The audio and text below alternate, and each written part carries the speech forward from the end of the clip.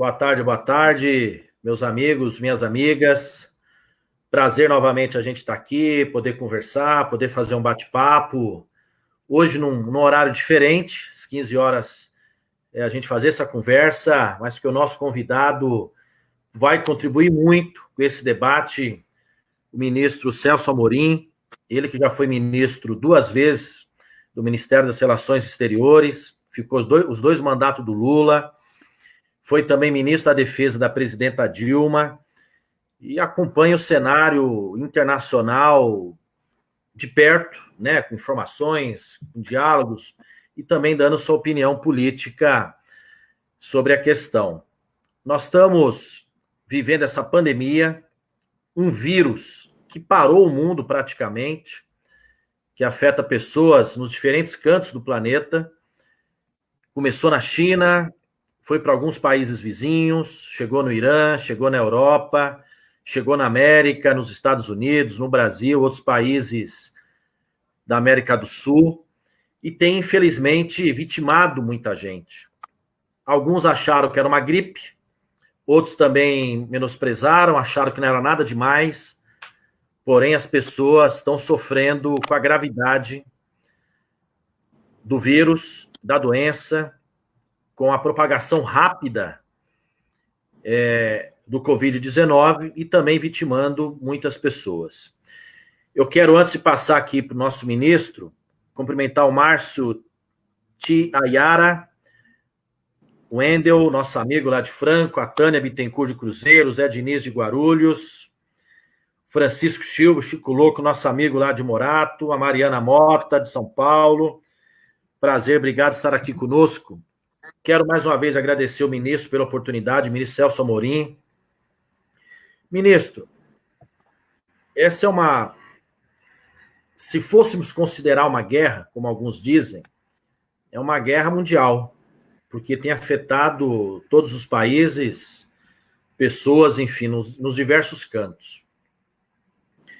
Ainda não temos cura, não temos vacina, há um esforço enorme de diversas autoridades para poder garantir o devido atendimento, unidades hospitalares, a rede hospitalar, o sistema de saúde, em diversos países entraram em colapso devido à quantidade de pessoas infectadas, e tivemos comportamentos diferentes de governos. O próprio o presidente Trump, por exemplo, negou, depois assumiu.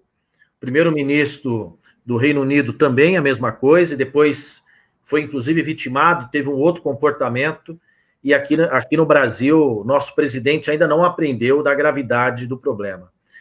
Então, quero agradecer. Se você pudesse opinar um pouco, como é que você está vendo esse cenário, como é que o mundo tem se comportado, outros presidentes, primeiros ministros, o parlamento, a sociedade em alguns países, para a gente ter isso como referência em relação ao comportamento aqui no Brasil. Deputado, em primeiro lugar, uma honra aqui estar com o senhor e é um prazer também conversar com as pessoas aí, que é a sua audiência normal, eu acho que isso é muito, muito, muito importante também. Deixa-me dizer, talvez, o mundo obviamente não estava preparado. O senhor mencionou que muitos comparam com uma guerra, a primeira pessoa que eu vi comparar isso, o primeiro homem público, digamos, pessoa pública, a comparar foi o presidente da França, Emmanuel Macron, naquele pronunciamento muito forte, que fez logo ainda meados de março, começo de março. Sim, de certa maneira é uma guerra, só que é uma guerra em que não é um país contra outro aqui, né? É uma guerra de um inimigo comum, né? Um inimigo comum que é um pouco assim como aqueles filmes de ficção científica, né? Em que a guerra veio do espaço, veio de outro lugar, só que aqui veio do nosso próprio planeta, que é muitas vezes maltratado, mas quer dizer, é uma guerra em que o inimigo é um inimigo comum. Quer dizer, não haveria, em tese, nenhuma razão até para haver grandes disputas em torno dessa guerra, porque nós todos, a humanidade toda tem interesse em vencer essa guerra. Né? É uma guerra em que todos temos interesse em vencer. Não é uma guerra em que haverá um vencedor e um perdedor, necessariamente. Não deveria ser, pelo menos. Mas tem havido, de fato, como o deputado mencionou, atitudes diferentes em relação a essa guerra. Aos que entenderam que, de fato, era uma guerra, que era algo muito, muito grave, que requeria medidas muito especiais, e aos que, como deputado mencionou, preferiram minimizar o problema. Veja bem, em primeiro lugar, eu acho preciso dizer que, de fato, ninguém, nem os mais conscientes, estavam preparados para a dimensão do problema. Isso é verdade. Mesmo países que tomaram providências importantes desde o início, sofreram muito. É uma guerra. Agora, obviamente, aqueles que não tomam providências sofrem mais, né? É muito claro que na falta de uma vacina e na falta de um medicamento para curar a doença gerada a enfermidade gerada pelo Covid-19, o distanciamento social é o mais importante das medidas a ser tomada. O presidente Trump, por exemplo, relutou muito. Os Estados Unidos estão pagando um preço altíssimo. Eu acho que isso vai ser um trauma imenso. Eu não sei onde vai terminar, mas até ontem, pelo menos, ou anteontem, eu não consigo acompanhar as cifras todos os dias, e já tinham mais de 60 mil mortos. Isso é mais do que a Guerra do Vietnã, sendo que a Guerra do Vietnã foi vários anos, 6, 7 anos, para contar só o período mais depois das ações mais fortes, né? 6, 7 anos. E aqui, então, e causou o trauma que todos sabemos que causou nos Estados Unidos, marcou gerações, né? Mais de 100 mil pessoas vitimadas. Você também. Perdão? Mais de 100 mil pessoas vitimadas, né? Mais de 100 mil pessoas mortas. Eu perdi. Meio entrecortado agora. Não, eu estou dizendo que nos Estados Unidos, nós já tivemos mais de 100 mil pessoas mortas. Mais de 100 mil pessoas mortas? Ministro, está me ouvindo? No mundo? Nos Estados Unidos. Está muito cortado, deputado. Desculpe aqui, mas esses problemas da internet. Não, o que eu queria dizer é isso. São mais de 60 mil nos Estados Unidos, já tem 70 mil, não sei, talvez de ontem para hoje tenha aumentado mais. De qualquer maneira, é um número muito, muito alto, mais alto do que na Guerra do Vietnã. Isso vai ter um trauma profundo que vai se prolongar durante muito tempo, como nós vimos em relação à Guerra do Vietnã. E eu acho que no Brasil, esse é um problema, como em outras partes do mundo, mas aqui talvez de maneira mais dramática, nós estamos vendo que também a mesma atitude do Trump no início. O Trump, de vez em quando, ameaça voltar para essa atitude, mas ele não chegou a impedir que os governos estaduais, ou dificultar, ou fazer uma campanha muito vigorosa contra. Volta e meia ele fala e tal, mas não, ele é menos, digamos assim, afirmativo do que o presidente Bolsonaro ao considerar que é uma gripezinha, né? Nas suas atitudes também, não saiu por lá cumprimentando gente, não segurou criancinha no colo, enfim, foi um pouco mais precavido dentro da sua obstinação. Então, eu acho que aqui vai ser um problema muito grave, já está sendo, já estávamos ontem com um número muito, muito elevado de mortes, mais de 7 mil, né? E o Brasil passa a ser não só um perigo para a sua própria população, essas atitudes todas que não detêm a expansão da pandemia, mas inclusive uma ameaça para os vizinhos, né? Para falar um pouco da área internacional, é uma ameaça para os vizinhos, Argentina, Paraguai, até a Bolívia, que tem um governo lá super golpista, né? Também está preocupada, diz que vai fechar as fronteiras. No Paraguai, cavaram ali em São... bom, o senhor deve conhecer isso melhor do que eu, que é perto aí, tem fronteira também, mas em Pedro Juan Caballero, né, que é a fronteira, acho que é com Mato Grosso, Mato Grosso do Sul, acho, eles chegaram a cortar, fazer valas para impedir a passagem de brasileiros para o lado do Paraguai. É uma coisa impressionante. Então, é uma coisa dramática no mundo inteiro. Não sabemos quanto tempo isso vai durar. O país que aparentemente conseguiu controlar alguns países foram os países da Ásia, a própria China, né? Apesar das hesitações iniciais, eu acho, mas conseguiu. E também Coreia do Sul, Taiwan, né? Singapura. Mas Taiwan e Singapura são países menores, né? Mas Coreia do Sul já é um país de certa dimensão. Então, era o exemplo que nós devíamos seguir. É o que deu mais certo, né? E o Brasil, ao contrário, tomou um rumo oposto. Então, e não só o rumo oposto, como também verbaliza de maneira totalmente absurda as críticas que o Trump faz, quer dizer, repete as críticas que o Trump faz à Organização Mundial de Saúde, enfim, despreza a ciência, enfim, como, aliás, já estávamos fazendo em relação ao clima. Mas o clima é uma bomba relógio. Uma bomba relógio pode ser que uma pessoa preparada tenha esperança que ela seja desativada antes de chegar a hora trágica. Nesse caso, não, é uma bomba relógio que já explodiu.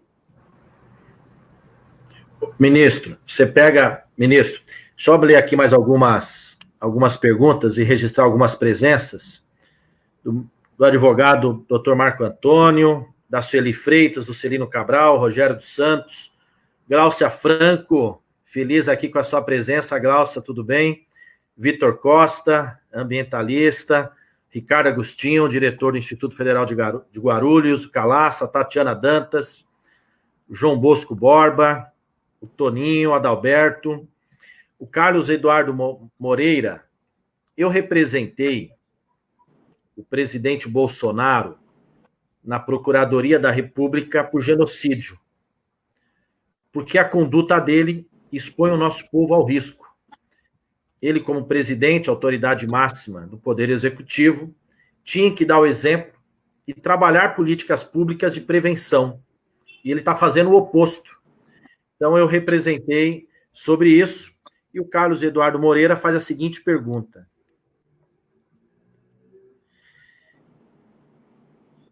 Ele está dizendo que entidades, né, grupos coletivos também representaram o presidente Bolsonaro em alguns organismos internacionais. Bom, citando aqui sim, só respondendo ao doutor Carlos Eduardo, houve também outras representações em alguns órgãos internacionais, como a Corte Internacional.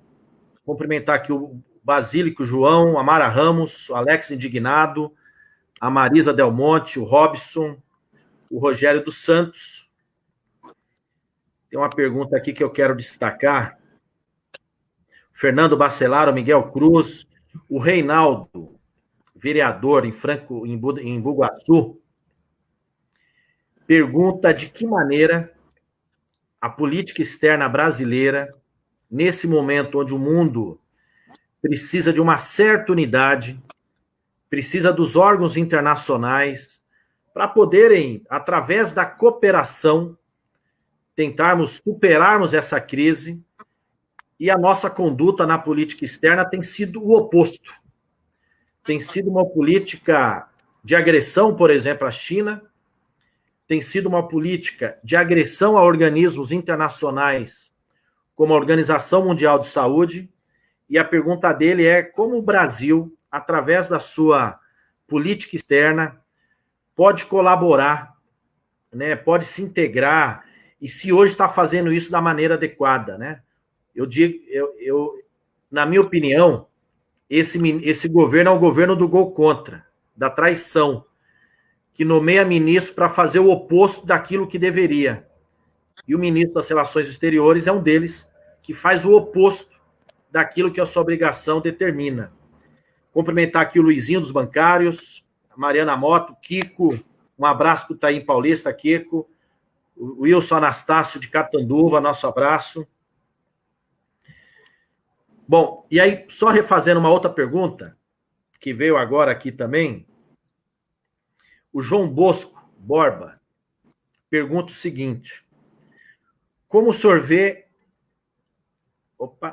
a não utilização do dólar pela China? Que a China está dizendo que agora não vai se basear a sua moeda no dólar, mas sim na relação, tirando o dólar dos seus contratos internacionais. Como é que o senhor vê isso, ministro?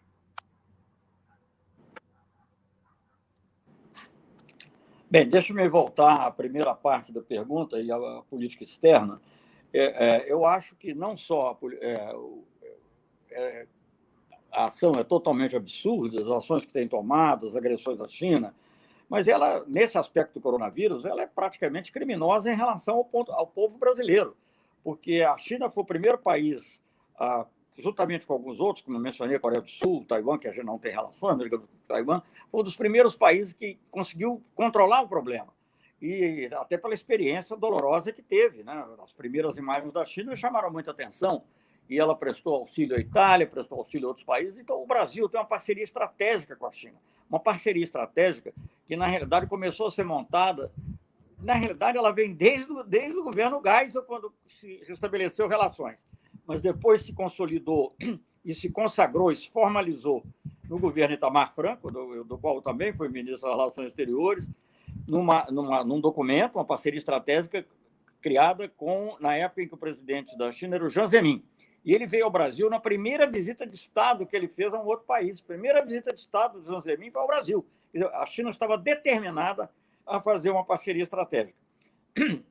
E então nós teríamos... E ela se desenvolveu muito, foi mantida por outros governos, se desenvolveu pelo governo do presidente Lula e da presidenta Dilma, inclusive por causa dos BRICS, né, que criaram um outro grupo mundial, internacional, de grande importância no cenário global.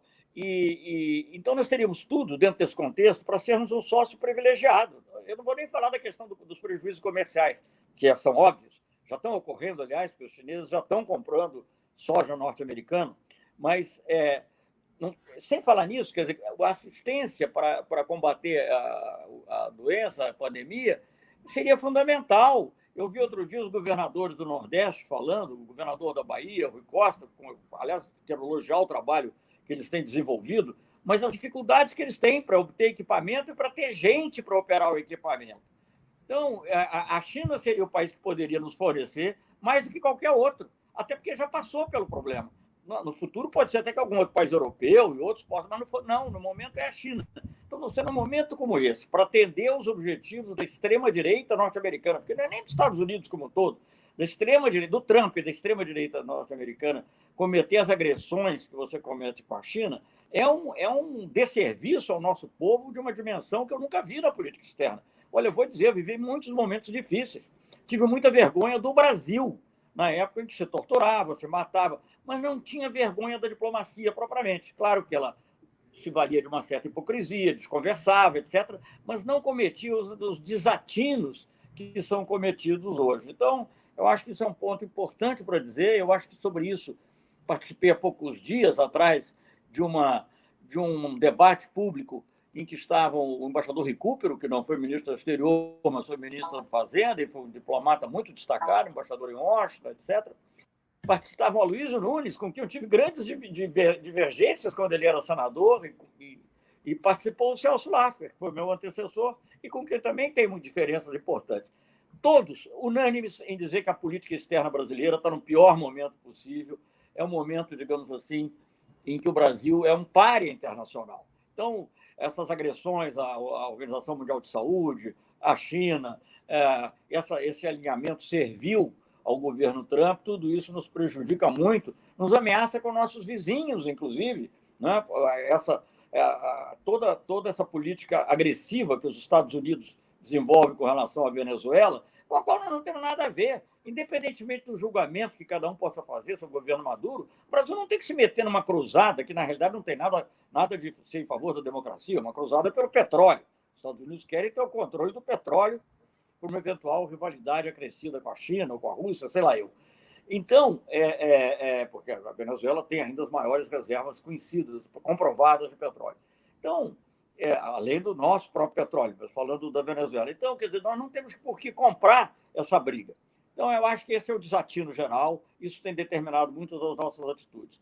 Para passar para a segunda pergunta, rapidamente, eu não sou um economista, não sei, mas é uma coisa evidente que, digamos, essa decisão...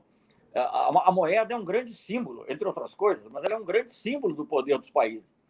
Quando a economia mundial sai do padrão da Libra, a Libra deixa de ser a moeda, a Libra esterlina deixa de ser a grande moeda e a moeda passa a ser o dólar, esse é o marco da passagem, coincidindo com a Segunda Guerra e o final da Segunda Guerra, isso é o marco da passagem da hegemonia, não só do Reino Unido, mas da Europa em geral, onde o marco alemão também era muito importante, diga-se de passagem, para os Estados Unidos. Né? Então, a China, o que ela está dizendo? Ela está dizendo, não, eu não vou mais vou comerciar com moeda digital, né, que eles determinaram, que é desvinculada do dólar. Então, eu acho que é uma jogada que comprova, digamos assim, uma grande autoconfiança, porque moeda é essencialmente, hoje em dia, confiança. Não tem mais lastro de ouro, não existe mais. Então, é confiança na economia do país. Então, a primeira grande confiança é deles próprios, uma grande autoconfiança. Só quero lembrar, para concluir assim, rapidamente esse ponto, que quando nos BRICS, várias vezes nós conversamos sobre a possibilidade, eu não diria propriamente de uma moeda única dos BRICS, mas a possibilidade de comerciarmos em moedas próprias, evitando também o dólar.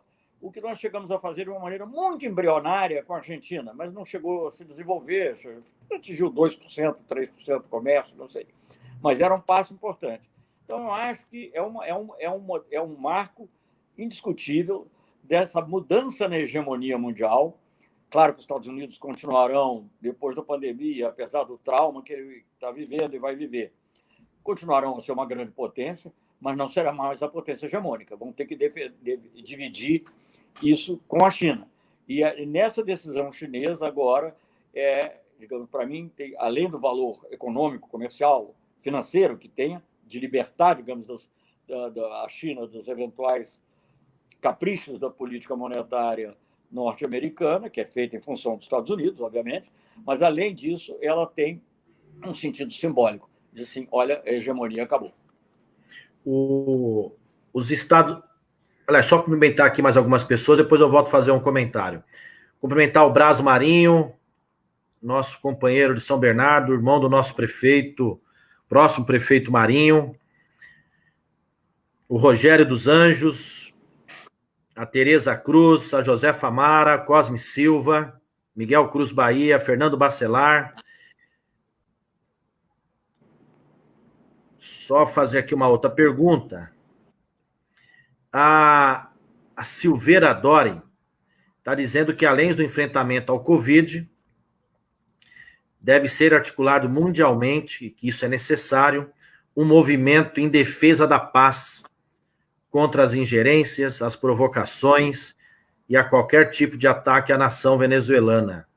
Aliás, o governo brasileiro, mais uma vez, aqui agrediu a Venezuela quando tentou expulsar agora os embaixadores que aqui estavam, todo o corpo diplomático do país. Um absurdo que o judiciário conseguiu evitar. A Mariana Castro está dizendo que a política desastrosa do Bolsonaro faz com que o Brasil perca aliados históricos, que o nosso maior desafio para superar essa crise política será com os nossos irmãos da América Latina e os nossos aliados no mundo. O Euclides Kiko, Nova Zelândia, Alemanha, Taiwan, Noruega, liderados por mulheres, estão tendo um outro olhar no enfrentamento contra a Covid-19. Qual a lição que podemos tirar desses exemplos, desses países que estão conseguindo, através das suas lideranças principais, mulheres, ter um outro tipo de atitude, um outro tipo de comportamento e conseguindo proteger o seu povo? Deixa aqui essa indagação, ministro. Mas queria continuar, o Edivandro Araújo. Espera aí. Eles estão dizendo das estruturas hospitalares, como os ventiladores e demais equipamentos, onde o Brasil não produz em quantidade, ficou também dependente de outros países, um pouco também dessa maneira, de que maneira a gente vai se organizar passado isso em relação a esse problema. O Dé aqui comentou, quero registrar, ele fez um comentário contra o ataque que ontem trabalhadores da imprensa sofreram, foram agredidos por bolsonaristas num ato em Brasília. Dizer, Dé, toda a nossa solidariedade, todo o apoio, assim como os profissionais de saúde tinham sido agredidos, ontem também foram os profissionais da imprensa, uma coisa sem sentido, o que demonstra uma conduta violenta por parte dessas pessoas. Mas, ministro, aproveitando também, Fábio Santana está aqui, Tabecerica da Serra, o Kiko comentou sobre as experiências de alguns países liderados por mulheres que têm tomado um outro tipo de atitude. Que o senhor pudesse destacar, naquilo que o senhor tem acompanhado, tomou conhecimento, quais países mais o senhor destaca que a atitude foi a atitude adequada, correta, diante de algo novo, emergente, grave, e que assola muitos países e muita gente. Qual atitude o senhor destaca nesse sentido? E também, voltando sobre aquela questão dos Estados Unidos e da China, os Estados Unidos, ao invés de fazer a política da cooperação internacional, eles têm feito uma política praticamente isolada. E a China tem feito o oposto. Os Estados Unidos agredindo a Organização Mundial de Saúde, o Bolsonaro ainda na mesma linha, seguindo o mesmo trajeto e agredindo um órgão sem qualquer sentido, dizendo que tem conspiração com os chineses, a Organização Mundial de Saúde e outras besteiras que falaram. Como é que o senhor vê isso também nesse sentido, esse isolamento e as atitudes das lideranças nos seus países? Bom, são muitas perguntas, são aspectos um pouco diferentes. Só para comentar a questão da Venezuela rapidamente, o que o Brasil fez, retirando os seus diplomatas brasileiros da Venezuela, em primeiro lugar, e agora com essa expulsão inominada, que felizmente foi sustada por alguns dias, foi suspensa, graças a uma ação do colega seu, que foi líder, o Paulo Pimenta, né, que pediu um habeas corpus concedido pelo ministro Barroso. Concedido pelo ministro Barroso, mas essas são ações incríveis, porque essas são coisas que você só vê isso em tempo de guerra. Quer dizer, você jamais retira os seus diplomatas de outro país, né? Só quando você realmente vai romper relações, e é mais do que romper relações, mesmo quando rompe relações diplomáticas, às vezes você mantém cônsules, né? Claro que por acerto recíproco, para poder proteger os nacionais. O Brasil tem não sei quantos exatamente, eu ouvi dizer dos venezuelanos que são 10 mil brasileiros na Venezuela, que não têm proteção. Se eles quiserem documento, se eles quiserem, inclusive, voltar para o Brasil, não tem a quem recorrer, diferentemente de outros países. Isso é uma coisa inominável, porque o ministro Araújo determinou a retirada. Então, você só faz isso quando você se prepara para uma guerra. Eu fiquei vendo isso, vendo a movimentação norte-americana, supostamente contra o narcotráfico.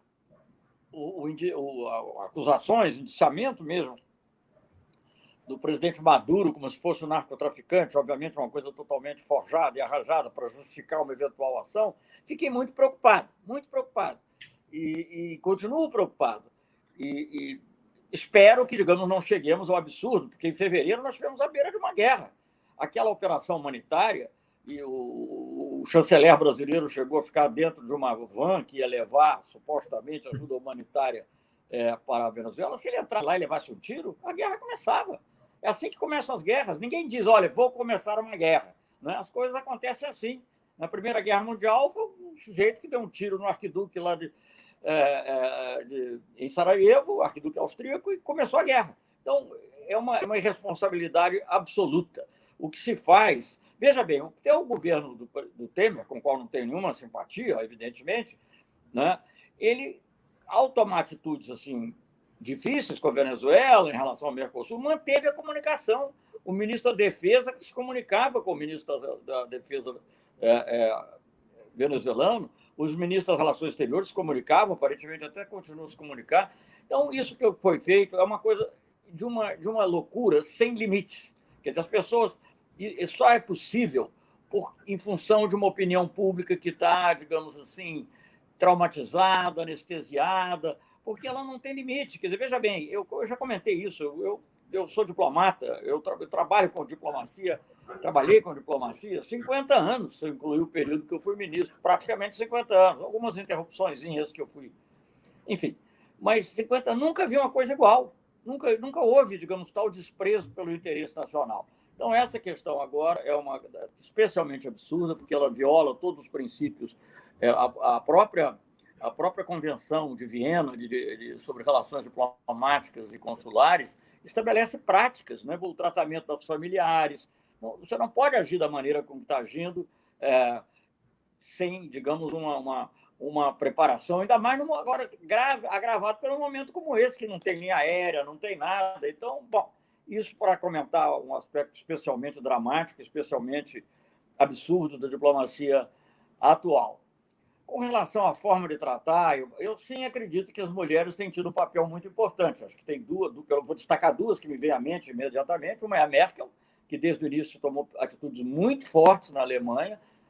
O número de mortos lá é grande, não é tão grande quanto França, Itália e Espanha, mas é também grande porque o vírus é um vírus perigoso. Mas, de qualquer maneira, diminuiu muito do que poderia ser, reduziu a curva, porque um dos grandes problemas, eu não sou perito de epidemiologia, mas eu sei que uma das coisas que o importante de você abaixar a curva é você não sobrecarregar, não transbordar, melhor dizendo, o seu sistema de saúde. Né? Quer dizer, se você consegue espaçar no tempo, com isso você reduz as mortes também. Né? Porque mesmo que haja casos, as pessoas podem ser atendidas. E a Inglaterra não fez isso, o Reino Unido não fez isso, o Trump não fez isso no início, e o Reino Unido pagou um preço. Né? Pagou um preço. É verdade que o Boris Johnson saiu lá da UTI elogiando o sistema público de saúde, que é uma espécie de SUS deles, né, o National Health, que é a criação dos trabalhistas depois da Segunda Guerra Mundial, que eles viviam criticando, tentando diminuir, enfim, tentando diminuir os recursos, etc. Então, ele, de certa maneira, deu a mão à palmatória, dizendo que a melhor coisa que a Inglaterra, que o Reino Unido tem, é o sistema de saúde, o National Health. Então, eu acho que essas são as pessoas que têm que ser admiradas. Essa primeira-ministra da Nova Zelândia, a chanceler, lá o título é chanceler, mas primeira-ministra da Alemanha, Merkel, enfim. Claro que alguns homens também. Alberto Fernandes, aqui perto de nós, tomou medidas muito fortes imediatamente. E se você comparar o número de mortes e de casos na Argentina, é impressionantemente baixo, não tem nada a ver com a proporção das populações. E os casos começaram mais ou menos ao mesmo tempo que eu estava na Argentina, quando houve o primeiro caso. Eu estava saindo da Argentina, na realidade, eu estava no aeroporto de saída quando houve o primeiro caso, não a primeira morte, o primeiro caso. Imediatamente ele tomou medidas fortíssimas. No Brasil tinha havido 5, 6, pouquinhos, assim, 8, sei lá. E ele tomou medidas fortíssimas e conseguiu reduzir enormemente. Então, isso mostra, digamos, o que uma pessoa consciente, com sentido de solidariedade, com empatia pela população, porque o problema é esse. Essas mortes não são estatísticas, são seres humanos. Né? E o número de pessoas que morrem deixa um quadro chorando. Né? E órfãos, e viúvas ou viúvos, né? É uma coisa absolutamente terrível. E essa insensibilidade que o governo brasileiro demonstrou é impressionante. Eu concordo que, em geral, as mulheres são mais sensíveis a tendem a ser mais sensíveis a essas situações, enfim, pela própria... Enfim, normalmente já cuidam da família, tem essa empatia pela necessidade de cuidar da saúde, etc. Mas eu acho que o fato de ser homem não desculpa, porque você pode também, como o Alberto Fernandes, é o caso do Alberto Fernandes e outros, demonstram que é possível agir solidariamente, firmemente, de uma maneira consciente. Agora, só completando essa parte um pouco, porque foi mencionado e eu falei pouco, a Organização Mundial de Saúde é outro aspecto, é uma organização importantíssima.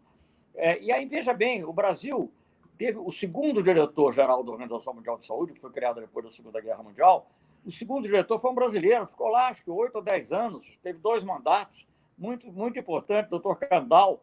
O Brasil admirado, o Brasil sempre teve uma liderança. Eu devo dizer que, pessoalmente, até eu me envolvi muito em várias ações, aliás, até antes do governo Lula, com o governo Lula mais ainda, porque nós criamos a Unitaid, que é uma organização para facilitar o acesso ao tratamento, e antes disso já tinha me envolvido com a questão de patentes, etc.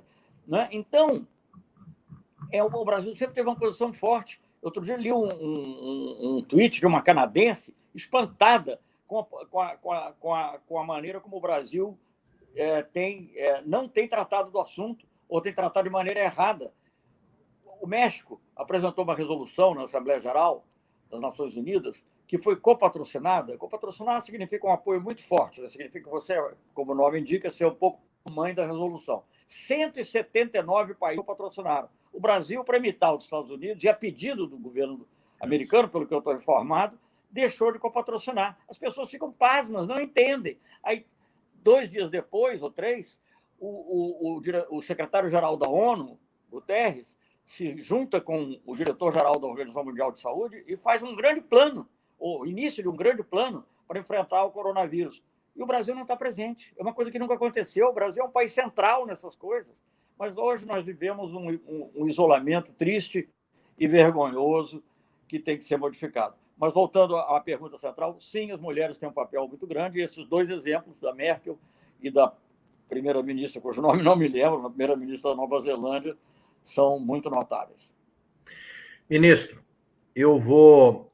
O Fábio Santana, na linha do que o senhor falou, diz o seguinte, que em seu livro, Conversas com Jovens Diplomatas, o senhor diz o seguinte, vocês se preparem, porque a política externa brasileira tomou novos rumos. E ele pergunta se isso foi por água abaixo. Eu queria... E aí dizer que tem vários parabéns aqui, muitas pessoas parabenizando e dizendo que tem saudade dos nossos governos e do tempo que o senhor era ministro de Relações Exteriores. Mas queria fazer uma outra pergunta, que uma pergunta também aqui do Reinaldo, que é professor de economia. Muitos países liberais ou ultraliberais estão tomando medidas econômicas de proteção social diferentes da política que eles pregam, vamos dizer, no momento normal. E ele pergunta, e eu também reforço essa pergunta, se o senhor acredita que o mundo pode ter uma guinada um pouco mais à esquerda nas suas políticas após essa pandemia. Ou seja, após passar essa crise, será que essas políticas, onde defendem e que o Estado tem que estar presente na economia, tem que estar intervindo, tem que ser aquele acolhedor, o protetor do seu povo, o senhor acha que isso deve prevalecer mais um pouco? Não, em diversos países, enfim, uma guinada mundial é a pergunta do Reinaldo, e que eu também reforço nesse sentido. E por último, queria perguntar, o senhor acredita que de fato nós estamos passando uma vergonha gigantesca, mundo afora, devido à conduta do governo brasileiro, ou seja, o Brasil tem uma imagem extremamente negativa hoje no mundo? É esse o olhar que as pessoas têm sobre o país?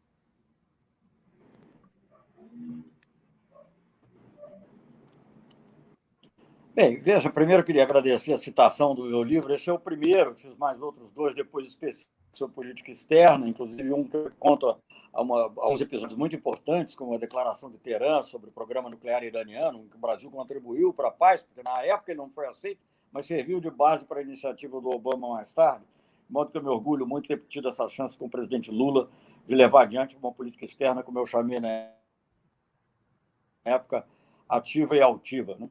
E, enfim, agora está indo tudo por água abaixo, mas eu não acredito que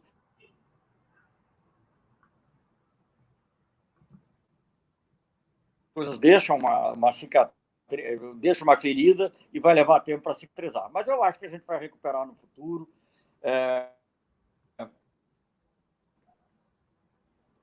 Eu espero que nós vamos ter mais governos ainda que adaptado ao novo momento. Com relação às mudanças de política econômica que têm ocorrido no mundo, só duas observações. Primeiro, com relação ao tempo atual. No Brasil, houve até um ensaio de tentar isso com esse plano pró-Brasil, acho que deram o nome, esse general Braga Neto apresentou. Só que aquilo ali, na verdade, é uma coisa formal e um pouco oca, porque sem ter os recursos, sem produzir os recursos, que acho que, inclusive, nesse momento não é só uma questão de ter os recursos previamente designados, mas você pode, através de... Como todos os economistas têm dito isso, através da emissão de dinheiro, dívida pública, etc., pode criar esses recursos, mas, obviamente, quando eles dizem que vão respeitar o teto dos gastos, eu até tinha tido uma certa ilusão, será que voltou uma visão tipo PND, do tempo do Veloso, para fazer? Não, não voltou. Não voltou, aquilo é uma coisa que não é para valer, faz parte de uma cortina de fumaça, na minha opinião, para manter a política do Guedes. E mesmo as medidas positivas, que só foram tomadas porque o Congresso aprovou uma coisa, o Congresso queria uma coisa muito maior e, no final das contas, o presidente ficou lá com R$600, mas é feito de maneira difícil,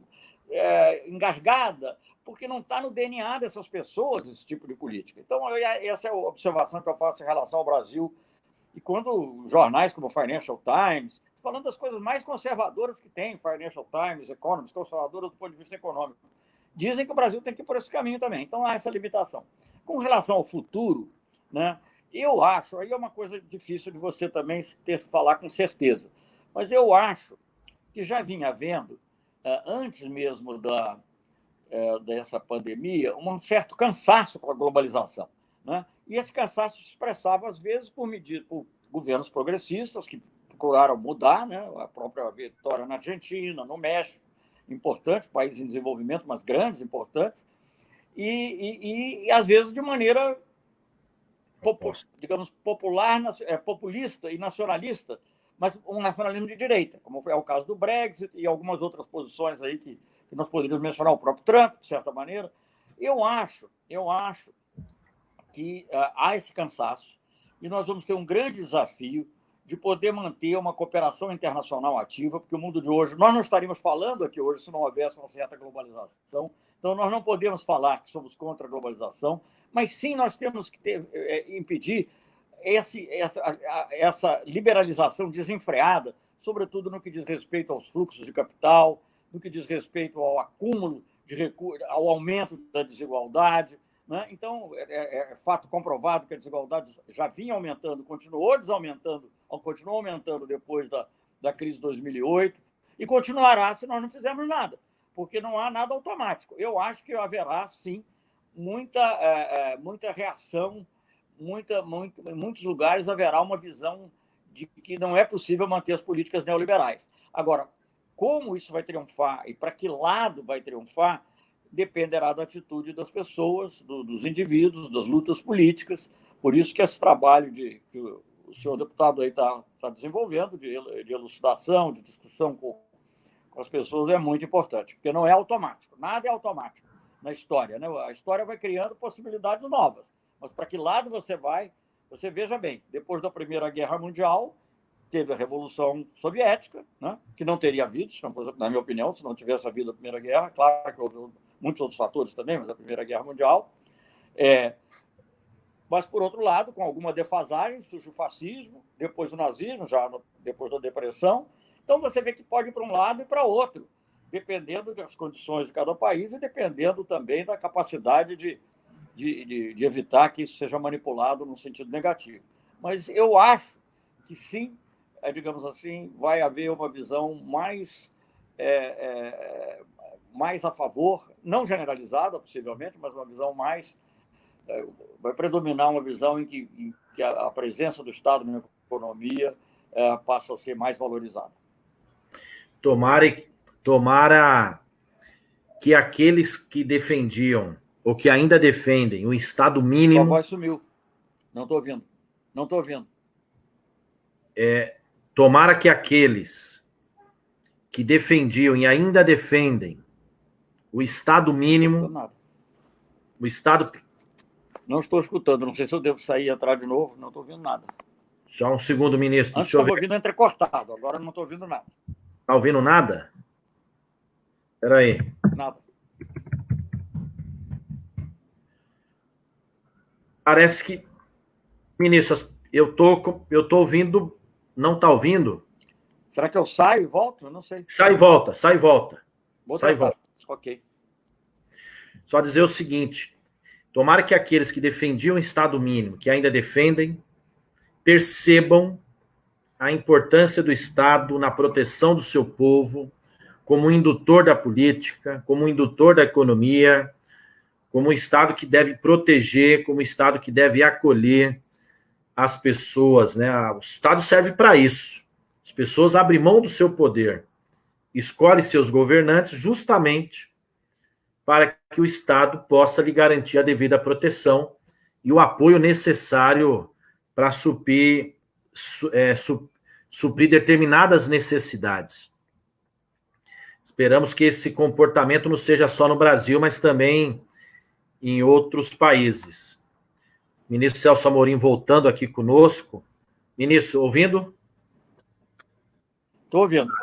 Fale devagar, porque eu, como ouço muito entrecortado, às vezes eu perco um pouco o sentido. Eu estava dizendo, ministro, tomara que aqueles que defendiam o Estado mínimo percebam a importância do Estado diante dessa crise, porque é no mundo inteiro quem está garantindo o apoio é o Estado, não é a iniciativa privada. Aliás, hoje, e daqui a pouco eu vou ter que voltar para a sessão da Câmara, o Brasil começou dando sinal ao parlamento diferente, mas está voltando à sua lógica política desse governo. Nós vamos aprovar na Câmara, nós vamos votar contra isso, tem a PEC 10, que salva o sistema financeiro, porém, o Senado aprovou uma emenda para que as empresas favorecidas não demitam. O relator na Câmara, o Senado fez certo. O relator na Câmara apresentou o relatório agora, acabei de ter informação aqui por Zap, retirando isso. Quer dizer, ele quer que o Banco Central garanta dinheiro comprando títulos secundários da dívida, inclusive podemos, eventualmente, tem títulos podres no meio, porém, o beneficiário não terá obrigação nenhuma de manter sequer os empregos. Isso é um absurdo. Iremos votar contra essa medida. E uma outra medida, também deve ir a voto hoje ou amanhã, o Senado aprovou, semana passada, um apoio, uma política de apoio aos estados, de apoio aos municípios necessária. Na verdade, é o apoio ao povo, né? Porque quem está prestando o serviço na ponta são os prefeitos e os governadores, através da sua rede de saúde. Porém, quer condicionar isso uma política que retira direito do servidor público, congelando promoções, proibindo novos concursos públicos. Quer dizer, ao mesmo tempo que garante o apoio do governo federal necessário aos governos locais, quer enfraquecer o Estado. Também votaremos contra essa proposta, não tem sentido algum. O que a gente precisa nesse momento é o oposto. Mas, ministro, eu vou fazer a última pergunta. Aliás, Marcelo Rezende, cumprimentá-lo, está dizendo da situação, da dificuldade dele, que não conseguiu o cadastro no auxílio emergencial e está procurando aí uma vaga de emprego, procurando apoio. Sabendo de algo, conte conosco. Parabenizá-lo aí pela luta. Ministro, eu queria fazer uma outra. O Zé Melo, nosso companheiro, jornalista de Caraguá, candidato a prefeito, trabalhou nos nossos governos federais. Um grande abraço, Melo, estamos junto contigo. Cumprimentá-la, a Elisângela Borges aqui também conosco.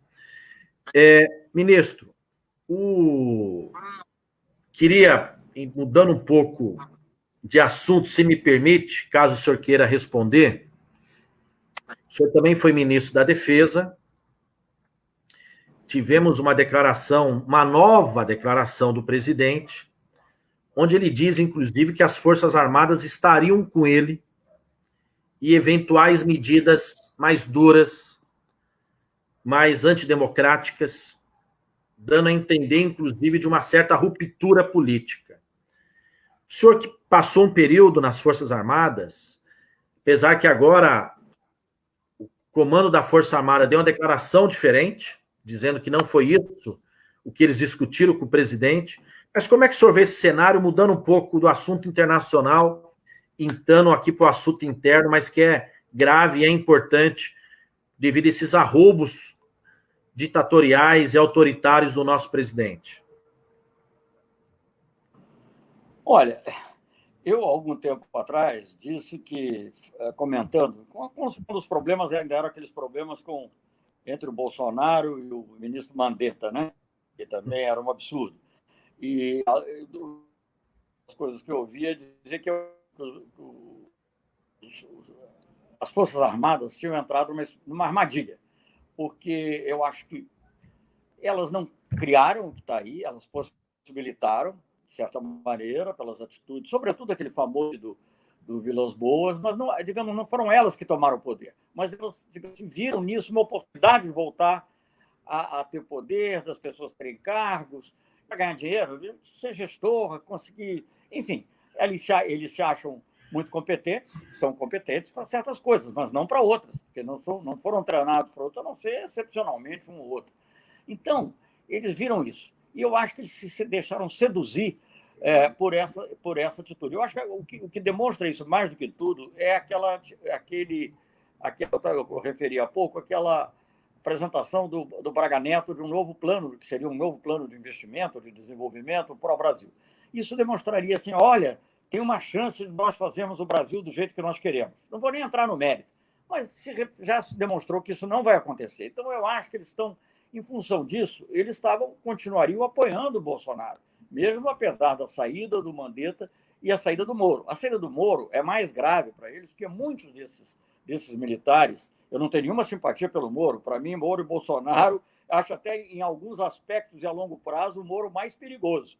O Bolsonaro está tendo uma política de grande destruição hoje, mas um dia isso vai acabar e a coisa muda. O Moro é uma pessoa que mais diretamente se insere organicamente no processo de lawfare, que foi o golpe que deram contra a Dilma, contra o Lula e contra as forças progressistas no Brasil. Mas, enfim, deixando isso de lado, de qualquer maneira, o Moro tinha aquela aura entre essas pessoas de moralismo. Né? Então, muitos eu acho que das pessoas gradas, militares, da reserva, da ativa, devem ter se decepcionado muito. Mas continuamos ali nessa barganha que eles entraram. Eu vejo, como aliás os jornais têm noticiado, eu não tenho nenhuma informação privilegiada, eu apenas posso, em função do meu conhecimento e do que eu leio, deduzir o que é mais razoável e não é razoável. Eu acho que há uma tensão crescente entre o alto comando das Forças Armadas e os generais e o presidente, e que passa pelos generais que fazem parte, digamos, daquilo que eles chamam, esqueci o nome agora, ala militar do governo, que seria o Heleno, que não é mais nada praticamente, Braga Neto, que é discreto, mas está muito dentro do governo, pela função que ocupa, da Casa Civil, e o próprio ministro da Defesa, que é ele mesmo um militar. E eu disse, teve um cargo importante no governo Dilma, foi a autoridade olímpica. Mas eu acho que o alto comando tem uma reação maior, porque eles sentem, digamos assim, o desgaste que certas atitudes do presidente causam, como aquela participação aquela participação em favor do AI-5, etc. Então, eu acho que dificilmente eles entrariam numa de dar o golpe. Agora, até que ponto irá a tolerância deles quando o presidente faz coisas que estimulam uma atitude golpista na sociedade, que buscam desmoralizar o Supremo, buscam desmoralizar o Legislativo, mas não chega formalmente a dar um golpe?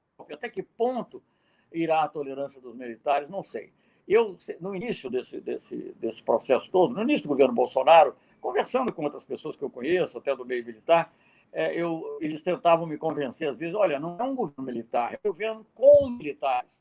Cada um está lá com a sua agenda, está lá por uma razão diferente, e parecia que a saída do Santos Cruz, o rebaixamento de outros, enfim, parecia dizer que eles tinham razão. Mas na entrada do Braga Neto, que tinha sido até a véspera chefe de Estado-Maior do Exército, e os rumores atuais, inclusive, de que podem tirar o Pujol, me deixam isso muito, que é o comandante do Exército, me deixam muito na dúvida e muito preocupado.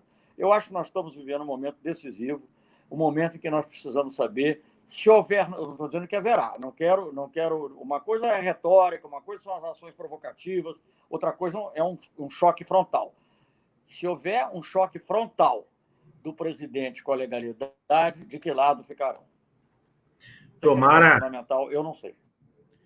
Tomara que eles fiquem em defesa da Constituição, defendendo nossos valores maiores e não valores autoritários. E é importante frisar... Esperemos. Eu acho que o sentimento da maioria daqueles, sobretudo os da ativa, do comandante, dos ex-comandantes, quer dizer, eu os conheço pessoalmente, mas nunca conversei política sobre eles. Eles tinham generais de 2, 3 estrelas, oficiais generais de 2, 3 estrelas, que eu era ministro da Defesa. Hoje são todos de 4 estrelas, alguns até já. Então, eu nunca conversei política, conversava coisas da pasta. Sempre me pareceram, os 3 que eu conheço, muito razoáveis, muito profissionais. sempre querendo se manter afastados da política. Vamos lembrar que, durante o governo Dilma, houve alguns fatos importantes. A Comissão da Verdade, né? Apesar dos incômodos que causou, mas a Comissão da Verdade foi uma coisa importante. Outra coisa importante foi os restos mortais do João Goulart recebidos com honras militares em Brasília e até em São Borja depois. E, talvez até mais significativo do que isso, a presença dos chefes militares, dos comandantes, a convite meu, que nesse caso não era nem a convite da presidenta, porque ela não participou do evento, do ato do Congresso Nacional, ou do Congresso Nacional, em que foi anulada a cassação, a declaração de vaga de presidência em 64, em outras palavras. A câncer da presidência decretada pelo Auro Moro Andrade. Então, são coisas importantes. Quer dizer, havia uma... Eu acho que, digamos assim, embora muitos defendessem ainda 64, era uma postura muito defensiva. Eu fiquei muito preocupado, para falar a verdade, com a nota que foi feita há pouco tempo, em 31 de março, e isso era um que não se via mais. Não se via mais forçados ou sei lá o quê, mas o fato é que não se via mais uma defesa ativa e uma glorificação havia, sim, às vezes, uma defesa, uma justificativa, de não era assim, era Guerra Fria, bababá, mas nunca, digamos, uma glorificação do que foi feito, do movimento do golpe de 64, não havia mais. Então, fico muito preocupado. Acho que os 3 comandantes devem ter sido induzidos, não acho que fosse espontâneo eles, pelo que eu conheço das pessoas, pelo que as pessoas equivalentes foram induzidos a fazer isso, mas é lamentável, porque, ao mesmo tempo, essas coisas colam, e eles foram entrando, digamos, nessa escalada retórica, cujo objetivo, em última instância, é um golpe, né? Um golpe, ele pode chamar da maneira que chamar, mas, veja bem, isso aí... Quando há pelas polícias militares, mesmo as que estão sob controle as polícias militares estão sob controle dos governos estaduais, mas há alas que não obedecem. Tudo isso é preocupante. Vamos ver, espero que o desfecho seja esse, da legalidade. Como eu tenho dito, eu não quero que os chefes militares, eu dizia isso como ministro da Defesa, hoje eu não tenho nenhuma autoridade, não queria que eles concordem com as minhas ideias. Eu quero que respeitem a hierarquia e a legalidade, principalmente a legalidade e a Constituição, como o deputado disse. Foi o que eles disseram agora, em resposta a essas alegações do Bolsonaro de que as Forças Armadas estariam com o povo, de maneira que ele define povo, enfim, preparadas para enfrentar outros poderes. Na prática, era isso, né? Que estava no limite. As Forças Armadas... A reafirmação da... Sim. Não, eu ia dizer o seguinte, porque as Forças Armadas têm que agir em defesa do Estado brasileiro e não necessariamente estar defendendo o Executivo. Então, que elas assim se comportem, pensando no Estado brasileiro e não seguir o Executivo nas suas maluquices. A missão das Forças Armadas, que, a meu ver, talvez devesse até ser mais restrita, mais para a defesa externa do país, mas como está na nossa Constituição, foi aquela situação complicada, o Sarney, etc., durante a Constituinte, a missão das Forças Armadas é 1, a defesa da pátria, 2, a defesa dos poderes excluídos e a pedido de qualquer deles, não é só o Executivo, a lei e a ordem. É isso aí. Então, tomara que eles assim ajam. Agora, o Moro abandonou o governo de maneira covarde, traiçoeira, e o Moro é mais perigoso do que o Bolsonaro, concordo com o ministro. Agora, os militares, aqueles que têm uma ponderação, que têm responsabilidade e que querem preservar a imagem que eles construíram, que eles também saiam logo desse governo, porque esse governo não tem como dar certo. Governar fazendo tudo certo não necessariamente vai dar certo politicamente. Fazendo errado, o desastre, com certeza, é claro. Então, tomara que eles saiam fora dessa, porque eles estão no comando político central no Palácio do Planalto. Ministro, eu falei que era a última pergunta, mas eu queria, com sua licença, fazer mais uma.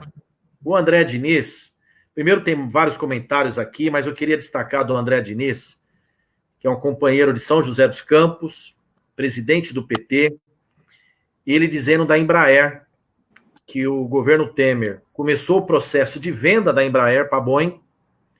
O governo Bolsonaro, 2019, também permitiu que continuasse as negociações, porém agora a Boeing diz que não vai mais comprar a Embraer.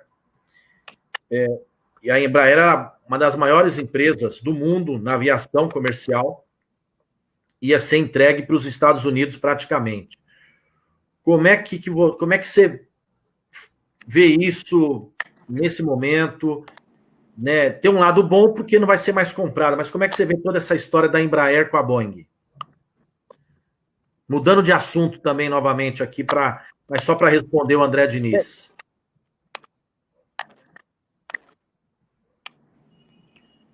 Veja bem, bom, eu sempre fui contra, obviamente, essa venda, me manifestei várias vezes, fui lá, São José dos Campos, a convite, inclusive, dos sindicatos, dos trabalhadores da Embraer, fui lá comentar, porque eu acho que isso é um total absurdo, os pressupostos são totalmente errados, eu acho que é uma chance de nós voltarmos a ter o controle do Estado sobre a Embraer, e se for o caso de fazer alguma parceria com a China, também não pode trocar os Estados Unidos pela China e chegar e fazer uma parceria que eles comprem totalmente. Né? Agora, se nós pudermos fazer uma parceria bem negociada, talvez seja necessário, porque esse é um mercado muito difícil. Você vê que a própria Airbus é um conjunto de países europeus que sustenta a Airbus, e agora eles compraram praticamente, ou têm um controle da Bombardier, a canadense, que era a que mais diretamente se rivalizava com a Embraer. Então, talvez a gente precise de uma parceria, mas eu acho que essa parceria só será obtida através de um forte controle do Estado, fazendo com aquela ação que tem o poder, chama ação, esqueci agora, Golden Share, que a Golden Share seja efetivamente utilizada para proteger o interesse nacional. E com clareza de que você não pode dissociar totalmente o lado civil do lado militar. Nenhuma grande companhia, nem a Boeing, nem a Airbus, nem a Bombardier, até ser comprada agora pela, não sei como é que está sendo ocorrendo agora, ela dissociava, porque o que você aprende na parte militar é utilizado na parte civil, e os lucros da parte civil ajudam a manter a parte militar. Então, nós temos que pensar isso com muito cuidado, é uma coisa de interesse nacional, talvez seja a única indústria de ponta. Eu não quero fazer injustiça com nenhuma outra que não me venha no momento à mente. É a única indústria de ponta que tem um papel de destaque no mundo. Então, nós temos que manter e proteger dentro do interesse nacional. Eu participei ativamente como embaixador da Embraer, ainda era governo Henrique Cardoso, mas como embaixador em Genebra, na defesa da Embraer em relação ao Bombardier. E aquilo era uma coisa assim, que me dava orgulho, defender uma empresa brasileira de alta tecnologia que estava entrando naquilo que se diz briga de cachorro grande. Né? Então, você, de repente, se comportar como vira-lata e se entregar, digamos, a uma empresa estrangeira, eu acho lamentável. Eu imagino difícil, não sei se para quem está lá atualmente, mas seria muito difícil para um embaixador, um diplomata brasileiro, consciente da soberania nacional, da importância de defender.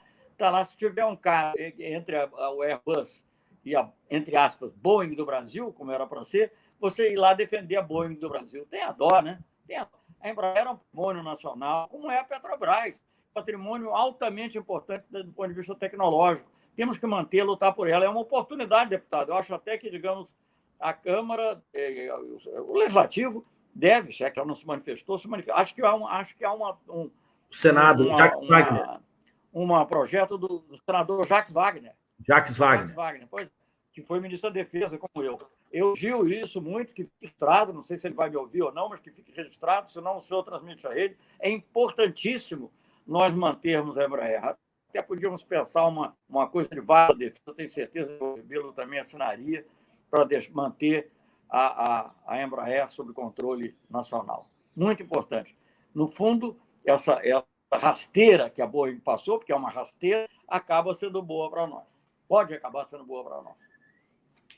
O senador Jacques Wagner apresentou um projeto para que a Embraer seja reestatizada e também fique sob o controle público. qual a importância da Embraer? Nós não fazemos carro. Usamos carros de outros países, alemão, chinês, japonês, norte-americano, enfim, um monte de países. Mas nós fazemos avião. Outros povos, outras pessoas, outros países usam os nossos aviões. E a gente quer a segunda do mercado e a gente quer entregar. Um absurdo, isso não tem nada de defesa da pátria, pelo contrário, é jogar contra o interesse nacional. Por isso que é importante a Embraer ficar conosco, ficar com o Brasil. Mas, meus amigos, o debate está bom, está excelente, tem muita gente aqui parabenizando o ministro, o Celso Amorim, dizendo que está com saudade do Lula, dizendo do crime que esse governo comete atualmente, com essa política insana, muita gente preocupado, mas nós vamos ter que encerrar por hoje. Quero agradecer, ministro, mais uma vez. O senhor é orgulho para muita gente que acompanha a política, que acompanha a política externa, que tem interesse, é uma referência, porque exerceu a diplomacia como ministro com altivez, com diálogo, com seriedade, com ponderação, com respeito ao interesse pátrio, mas, ao mesmo tempo, sabendo e conseguindo respeitar os outros países e os outros povos. Foi um período marcante do governo Lula. Então, a gente fica muito feliz de tê-lo aqui conosco nessa conversa, nesse debate, muito esclarecedor, muito importante para nós, para entender o que está acontecendo no mundo e entender algumas nuances da política que envolve as relações internacionais. Então, meu muito obrigado. Obrigado também aos meus amigos, minhas amigas. Quero fazer um convite aqui. Curtam a nossa página, Alencar Santana Braga, Facebook, no Instagram, no Twitter. Venha conosco, participe, comente, dê sugestão, faça sua crítica, sua observação. Espero você lá, Alencar Santana Braga, na nossa página. Ministro, mais uma vez, obrigado, estamos à disposição. Quer dar um recado final? Muito obrigado. Muito obrigado, o senhor. Continue na luta aí, estou disponível. Apesar aqui dos probleminhas tecnológicos com a internet, eu acho que conseguimos ter um debate significativo. Muito obrigado. Foi ótimo. Um abraço, ministro. Um abraço, gente. Obrigado. Até mais. Um beijo para todo mundo.